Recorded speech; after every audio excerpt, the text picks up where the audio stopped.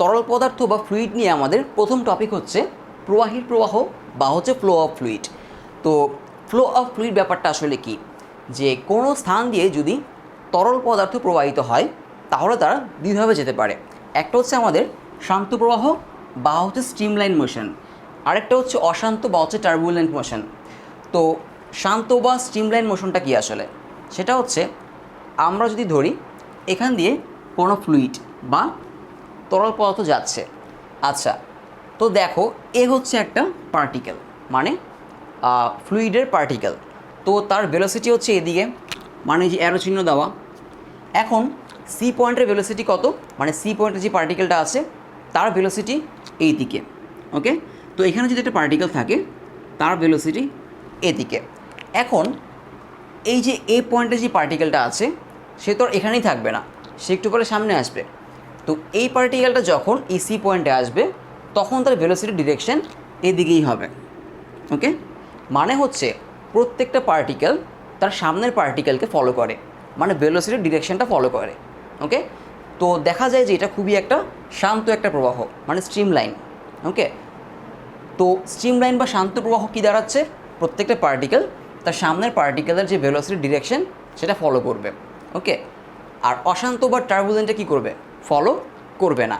তাদের এক একজনের ভেলোসিটি ডিরেকশন এক রকম হবে। তো দুইটার মধ্যে পার্থক্যটা কোথায়, শান্ত বা স্ট্রিমলাইনে যেটা হবে একজনের ভেলোসিটি ডিরেকশন এবং আরেকজনের ভেলোসিটি ডিরেকশন তারা কখনোই একজন আরেকজনকে ছেদ করবে না, মানে ইন্টারসেক্ট করবে না। এরা কী হবে, সমান্তরাল বা প্যারালাল হবে। এই যে এটার ভেলোসিটি এদিকে, এটার ভেলোসিটি এদিকে, এখানে যদি কেউ একজন থাকে তার এদিকে, মানে তারা কেউ কাউকে ইন্টারসেক্ট করবে না, ফলে এর মধ্যে কি কোনো ঝামেলা হবে না। ওকে, কিন্তু এখানে দেখা যাচ্ছে তারা ইন্টারসেক্ট করবে, তাই না, যেহেতু এক একজনের ভেলোসিটি এখানে এক এক দিকে। আচ্ছা, তো এটা ছিল আমাদের স্ট্রিমলাইন আর হচ্ছে টার্বুলেন্ট মোশন, এমসিকিউ বা হচ্ছে 1 বা 2 মার্কসের জন্য গুরুত্বপূর্ণ টপিক। আচ্ছা, এরপরে আমরা যেটা আসবো সেটা খুবই গুরুত্বপূর্ণ টপিক, সান্দ্রতা বা হচ্ছে ভিসকোসিটি। সান্দ্রতা বা হচ্ছে আমাদের ভিসকোসিটি। আমরা কিন্তু কঠিন পদার্থ বা সলিড অবজেক্টের জন্য ফ্রিকশন পড়ে আসছি, তাই না, ফ্রিকশন। তো ফ্রিকশন জিনিসটা কী ছিল, কোনো একটা সারফেসের উপর দিয়ে যদি আমি একটা অবজেক্টকে নিয়ে যাই তাহলে ওই সারফেসের সাথে অবজেক্টের কী হয়, একটা ফ্রিকশন ফোর্স কাজ করে। আমি যদি একটা অবজেক্টকে এদিকে নিয়ে যাই, এটা যদি সারফেস হয় আর তার উপরে যদি একটা অবজেক্ট থাকে, আমি যদি তাকে এদিকে নিয়ে যাই তাহলে সারফেসের অপোজিটে সে একটা ফোর্স দেয়, তাই না। তো এই ফোর্সটাকে আমরা কী ফোর্স বলি, ফ্রিকশন ফোর্স। এই ফ্রিকশন ফোর্সটা হয় হচ্ছে এই সারফেস আর এই অবজেক্টের যে মাঝখান জায়গাটা আছে, মানে এইখানে, মানে যেখানে তারা একজন আরেকজনকে টাচ করে আছে ঠিক ওই জায়গাটাতে হয় ফ্রিকশন ফোর্সটা, এবং এটা যেদিকে যাচ্ছে তার অপোজিট দিকে হয়। তো ঠিক এরকমই একটা জিনিস লিকুইডের ক্ষেত্রে হয়, মানে আমাদের ফ্লুইড বা তরল পদার্থের ক্ষেত্রে হয়। মানে হচ্ছে আমি যদি বলি আমাদের এখানে দুইটা তরল পদার্থ আছে আর কি, মানে দুইটা সারফেস। এটা হচ্ছে আমাদের একটা তরল পদার্থের সারফেস, তার নিচে এটা হচ্ছে আরেকটা তরল পদার্থের সারফেস। ওকে, তো এটা হচ্ছে একরকম তরল, এইটাও আরেক রকম তরল। ওকে, তো এই যে এই তরলের উপর দিয়ে বা এই ফ্লুইডের উপর দিয়ে এই ফ্লুইডটা যাচ্ছে। ওকে, তাহলে এখানে ফ্লুইড বা তরলের দুইটা সারফেস হচ্ছে এইখানটাতে এসে মিলিত হয়েছে। তার মানে তারা একজনের উপর দিয়ে আরেকজন যাচ্ছে। তো এই যাওয়ার কারণে তাদের এই সারফেসের মাঝখানে একটা ফ্রিকশন ফোর্স কাজ করবে, যেটা ওদের যে ফ্লো সে ফ্লোয়ের অপোজিট ডিরেকশানে। ওকে, তো এটাকেই আমরা বলছি ভিসকোসিটি। ওকে, তো এটাকে কিন্তু আমরা এফ দিয়ে রিপ্রেজেন্ট করি, মানে ফ্রিকশন ফোর্স যেমন এফ দিয়ে রিপ্রেজেন্ট করি, তো ভিসকোসিটিও আমরা কি এফ দিয়ে রিপ্রেজেন্ট করি। ওকে, তো তারা যাচ্ছে তার অপোজিট দিকে যেই ফোর্সটা সেটাই হচ্ছে আমার ভিসকোসিটি বা সান্দ্রতা। এখন চিন্তা করো এই যে ভিসকোসিটি বা সান্দ্রতা সেটা কিসের উপর ডিপেন্ড করবে, আমরা ফ্রিকশনের কথা চিন্তা করতে পারি যে যদি আমরা একটা সারফেসের উপর দিয়ে একটা অবজেক্টকে নিয়ে যাই, যদি আমরা এটা খুব তাড়াতাড়ি নিয়ে যাই, মানে বেশি ভেলোসিটি দিয়ে নিয়ে যাই, তাহলে কিন্তু ফ্রিকশনটাও কী হবে, বেশি হবে। মানে এই সারফেসের সাথে এই তলের সাথে এই অবজেক্টের ঘর্ষণটাও কি বেশি হবে। তার মানে আসলে ফ্রিকশন বা আমি বলতে পারি ভিসকোসিটি বা সান্দ্রতা বেগের উপর ডিপেন্ড করে। ওকে, এই যে তলটা, তো এই জিনিসটাকে আমরা একটু এভাবে আঁকি যে এটা হচ্ছে আমার একটা সারফেস। ওকে, আর উপরের দিকে আমার এইটা হচ্ছে আরেকটা সারফেস, দুইটা সারফেস। এটা হচ্ছে একটা তরলের সারফেস, এটা হচ্ছে আরেকটা তরলের সারফেস। ওকে, তো নিচেরটার ভেলোসিটি যদি আমি ভি ধরি আর উপরেরটার ভেলোসিটি আমি যদি ধরি ভি প্লাস ডিভি, তাহলে এটা থেকে এটার ভেলোসিটি কি বেশি। তার মানে এই দুটো সারফেসের আপেক্ষিক বা রিলেটিভ ভেলোসিটি হচ্ছে ডিভি। ওকে, মানে v plus d v minus v, v v কাটা ডিভি। তো রিলেটিভ ভেলোসিটি বা আপেক্ষিক বেগ বের করার জন্য কিন্তু আমরা দুজনের বেগ মাইনাস করি, মানে ওর সাপেক্ষে ও কতটুকু জোরে যাচ্ছে আর কি, তো সেটা মাইনাস করলেই পাওয়া যাবে। তো এই দুজনের মধ্যে ভেলোসিটির ডিফারেন্স ডিভি। তো ভিসকোসিটি এই যে ভেলোসিটির ডিফারেন্স সেটার উপরে কী করে, ডিপেন্ড করে। ওকে, আচ্ছা, তো এই যে ভিসকোসিটি এফ, এই ভিসকোসিটি এফ প্রপোর্শনাল হবে হচ্ছে ডিভি এর। ওকে, প্রপোর্শনাল ডিভি। আচ্ছা, আর কিসের উপর ডিপেন্ড করবে হচ্ছে এই দুটো সারফেসের যে গ্যাপ, সেই গ্যাপের উপরে, মানে হচ্ছে এই যে ডি ওয়াই। ওকে, কিন্তু এই গ্যাপের সাথে সে কী প্রপোর্শনাল না, আসলে ইনভার্সলি প্রপোর্শনাল।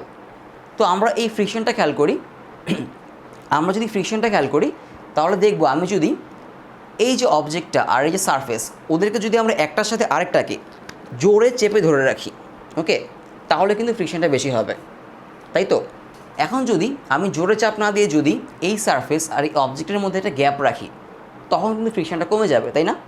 তো সেটাই, এই গ্যাপটা যদি বেশি হয় তাহলে তো ফ্রিকশন বা আমরা সান্দ্রতা বা ভিসকোসিটি বলতে পারি, এই ভিসকোসিটি কী হবে, কমে যাবে। যদি এই গ্যাপটা কী হয়, বেশি হয়, তাহলে আমাদের এখানে হবে হচ্ছে এফ প্রপোর্শনাল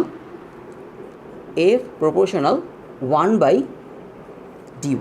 ওকে, মানে এফ হচ্ছে ডিওয়াই এর সাথে ইনভার্সলি প্রপোর্শনাল। আরেকটা ব্যাপার আছে, সেটা হচ্ছে এরিয়া।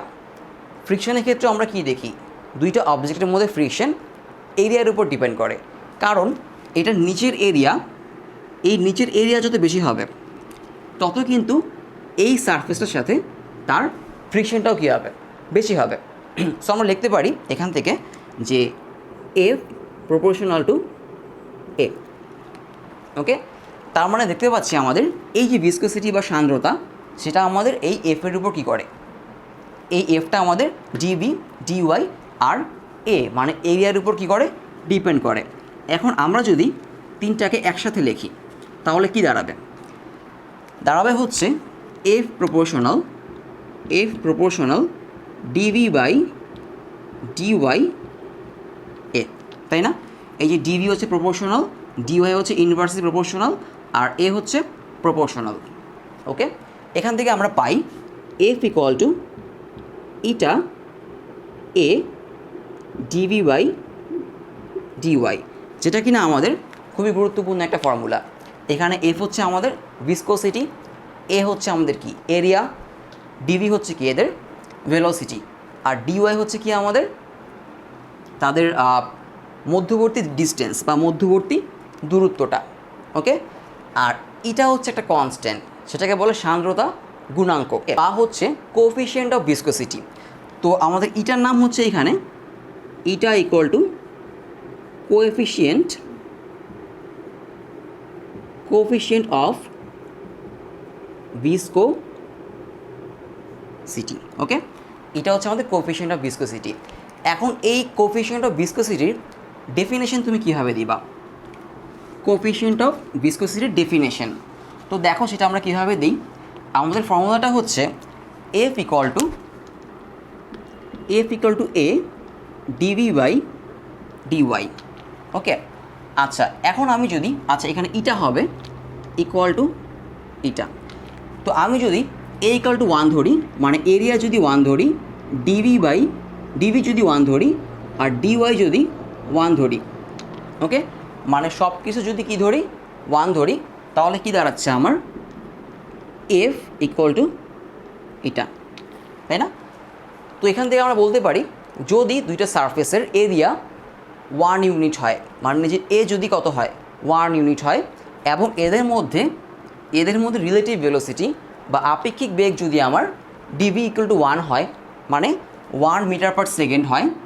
ওকে, আচ্ছা, আর ক্ষেত্রফল যদি 1 মিটার স্কোয়ার হয়, আর এদের মাঝখানের ডিস্টেন্স যদি 1 মিটার হয়, ওকে, মানে সবগুলো হচ্ছে 1 ইউনিট করে হয়, তাহলে এই দুটো সারফেসের মধ্যে যতটুকু ভিসকোসিটি কাজ করবে সেটাই হচ্ছে আমার এদের জন্য কি কোফিশিয়েন্ট অফ ভিসকোসিটি, বা হচ্ছে কি আমাদের ইটা। বোঝা গেল? তো ডেফিনেশনটা আশা করি দেওয়া যাবে। আচ্ছা, তো এই যে ইটা, এই ইটার ইউনিট কী হবে? এর ইউনিট হবে হচ্ছে k g per metre per second, বা হচ্ছে n s per metre square. Okay, তো এই যে ইটা নিয়ে বা এই যে ভিসকোসিটি যে ফর্মুলা, যেটা আমাদের এই যে এটা হচ্ছে আমাদের ফর্মুলা, বা এটা হচ্ছে আমাদের ফর্মুলা, এটা নিয়ে কিন্তু আমাদের ম্যাথস থাকবে। তো ম্যাথগুলো কিন্তু সোজা, সবই দেওয়া থাকবে, ডিভি ডিওয়াই এ, ইটা দেওয়া থাকবে, এফ বের করতে হবে, অথবা এফ দেওয়া থাকবে, এ দেওয়া থাকবে, ডিভি ডিওয়াই দেওয়া থাকবে, ইটা বের করতে হবে। একেবারেই সোজা, সব কিছু দেওয়া থাকবে, যে কোনো একটা বের করতে হবে, শুধু ভ্যালুগুলো ঠিকমতো বসাতে হবে আর ক্যালকুলেশন ঠিকমতো করতে হবে। এছাড়া এখান থেকে তেমন কোনো কঠিন ম্যাথ আসে না। ওকে, আচ্ছা, এরপর আমরা যাব, এই যে আমরা ভিসকোসিটি পড়লাম বা সান্দ্রতা পড়লাম, এই সান্দ্রতা ডিপেন্ড করে কার উপর? সান্দ্রতা ডিপেন্ড করবে কার উপর? আমি যদি এই যে লিকুইড, এই লিকুইডের যদি আমি টেম্পারেচার বাড়াই, কি বাড়াই? টেম্পারেচার, বা হচ্ছে আমাদের তাপমাত্রা। ওকে, আমি যদি একটা লিকুইডের তাপমাত্রা বাড়াই তাহলে কি হয়? আমরা সবাই জানি, আমি যদি কোনো লিকুইডের তাপমাত্রা বাড়াই তাহলে ওদের অ্যাটমগুলো একটু কি হয়ে যায়? দূরে দূরে সরে যায়, তাই না? মানে ওদের মধ্যে ইন্টারমলিকিউলার যে ডিস্টেন্স, সেই ইন্টারমলিকিউলার ডিস্টেন্স বেড়ে যায়, তাই না? এখন চিন্তা করো তো, ইন্টারমলিকিউলার ডিস্টেন্স যদি বাড়ে তাহলে এই ভিসকোসিটি কি কমবে নাকি বাড়বে? আমরা ভিসকোসিটি ডেফিনেশন দেখলাম, দুইটা সারফেসের মধ্যে যে ফ্রিকশন হয়। এখন চিন্তা করো যে ফ্রিকশন কখন বেশি হবে? যদি তারা কি হয়? কাছাকাছি থাকে। এই যে আমরা দেখলাম, যদি ডিওয়াই কম হয়, ডিওয়াই কম হলে এফ কি হয়? বেশি হয়। মানে ডিস্টেন্সটা যদি কমে যায় তাহলে এফ কি হয়? বেশি হয়। আর ডিস্টেন্সটা যদি বেশি হয়ে যায় তাহলে এফ কি হয়? কমে যায়, তাই না? তাহলে একটা লিকুইডের যদি আমরা টেম্পারেচার বাড়াই, ওদের তো মলিকিউলগুলো কী হয়ে যাচ্ছে? দূরে সরে যাচ্ছে। তার মানে কী হবে? আমার এফ কী হবে? এফ কমবে। ওকে, কী হবে? এফ কমবে। তো এই যে টেম্পারেচারের উপর ভিসকোসিটির যে চেঞ্জ, তার জন্য আমাদের বইতে একটা ফর্মুলা আছে। তবে এই ফর্মুলা দিয়ে কোনো ম্যাথ কিছু আসে না, জাস্ট বইতে যেহেতু আছে এর জন্য জেনে রাখতে পারো, কারণ এটা কোনো প্রুফড কোনো ফর্মুলা না, এটা বইতেই বলা আছে। তো ফর্মুলাটা হচ্ছে আমাদের log eta equal to A plus B by T. এখানে এ বি হচ্ছে কনস্ট্যান্ট, টি হচ্ছে টেম্পারেচার, আর এটা হচ্ছে আমাদের এই যে কোফিশিয়েন্ট অফ কি? ভিসকোসিটি। তো ফর্মুলাটা জেনে রাখতে পারো আর কি। ওকে, আচ্ছা, তো এটা ছিল আমাদের কিসের জন্য? এটা ছিল আমাদের লিকুইডের জন্য। ওকে, বা হচ্ছে তরল পদার্থের জন্য, তরল পদার্থ। ওকে, বা লিকুইড। এখন যদি আমরা গ্যাসে আসি, গ্যাস, তো এই গ্যাসেও কিন্তু কি করে? গ্যাসেও হচ্ছে আমাদের ভিসকোসিটি কাজ করে। এই ভিসকোসিটি কিন্তু শুধু লিকুইডের জন্য না, গ্যাসের জন্য কাজ করবে। দুইটা গ্যাসিয়াস মিডিয়াম যদি পাশাপাশি আসে, এদের মধ্যে ভিসকোসিটি কাজ করবে ওদের ফ্লোয়ের অপোজিট দিকে। এখন আমি ধরি এটা যদি একটা গ্যাসিয়াস কোনো পদার্থ হয় আর কি, তাহলে ওদের যে অ্যাটমগুলো তারা কিন্তু কি হবে? আগে থেকেই অনেক কি দূরে দূরে থাকবে। তো আগে থেকে তারা অনেক দূরে দূরে থাকবে। তো কী হবে? ওদের ভিসকোসিটি কী হবে? ওদের লিকুইড থেকে অবশ্যই কী হবে? অনেক কম হবে।